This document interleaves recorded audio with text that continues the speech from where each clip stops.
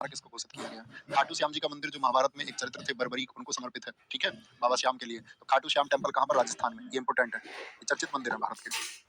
आपने देखा भी होगा अभी खाटू श्याम मंदिर जो है आपका, है ना? पहले ऐसा होता है जैसे 1990 के दशक में आप देखोगे तो महाराष्ट्र में जो आपका शिरडी टेम्पल है, बहुत मतलब लोग उधर जाते थे, अभी भी जाते हैं, लेकिन कुछ समय के बाद में क्या होता है किसी एक मंदिर की लोकप्रियता बहुत बढ़ती है। वैसी ही लोकप्रियता इस समय पे खाटू श्याम बाबा की। सालासर बालाजी मंदिर ये हनुमान जी के लिए कहाँ पर है? राजस्थान में। अभी इस जगह पर एक वो आ गए बाबा नारियल फोड़ने वाले, ठीक है?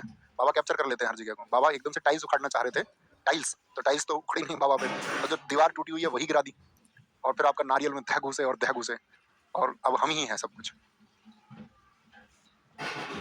वो तो हम भी करेंगे कुछ। सालासर बालाजी मंदिर, करणी माता का मंदिर। करणी माता का मंदिर देखिए यहाँ पर, यहाँ इस इमेज में देखना। तो करणी माता का मंदिर ये आपका सफेद चूहों का मंदिर भी है। यहाँ पे सफेद चूहे भी इतने पाए जाते हैं, सफेद चूहे। आप लिख लो हमारी बात, हम तुम्हें बता रहे हैं।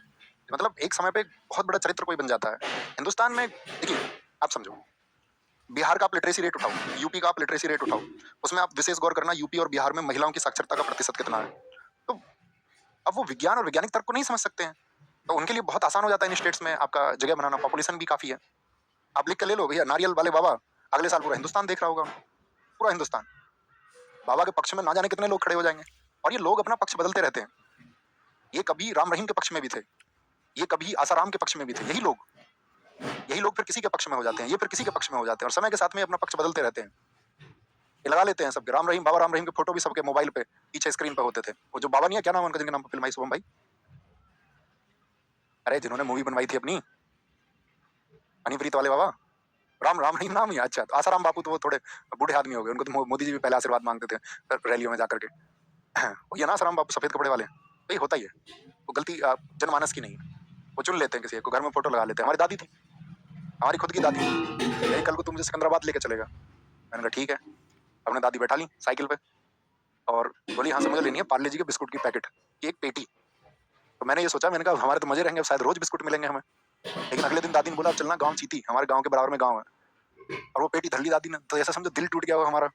हम तो सोच रहे थे बिस्किट हमें मिलेंगे, दादी पेटी उठा के चल दी है। मैंने पूछा अम्मा कहाँ लेके जा रही हो, तो उन्होंने बताया राम रहीम का सत्संग है, उस सत्संग में वहाँ बिस्कुट बांटे जाते थे एक दूसरे को। बिस्किट, आप पूछना आपके घर में कोई बुजुर्ग हो कि क्या ऐसा होता था, बिस्किट बांटे जाते थे? हाँ, तो वो उन्हीं की थी।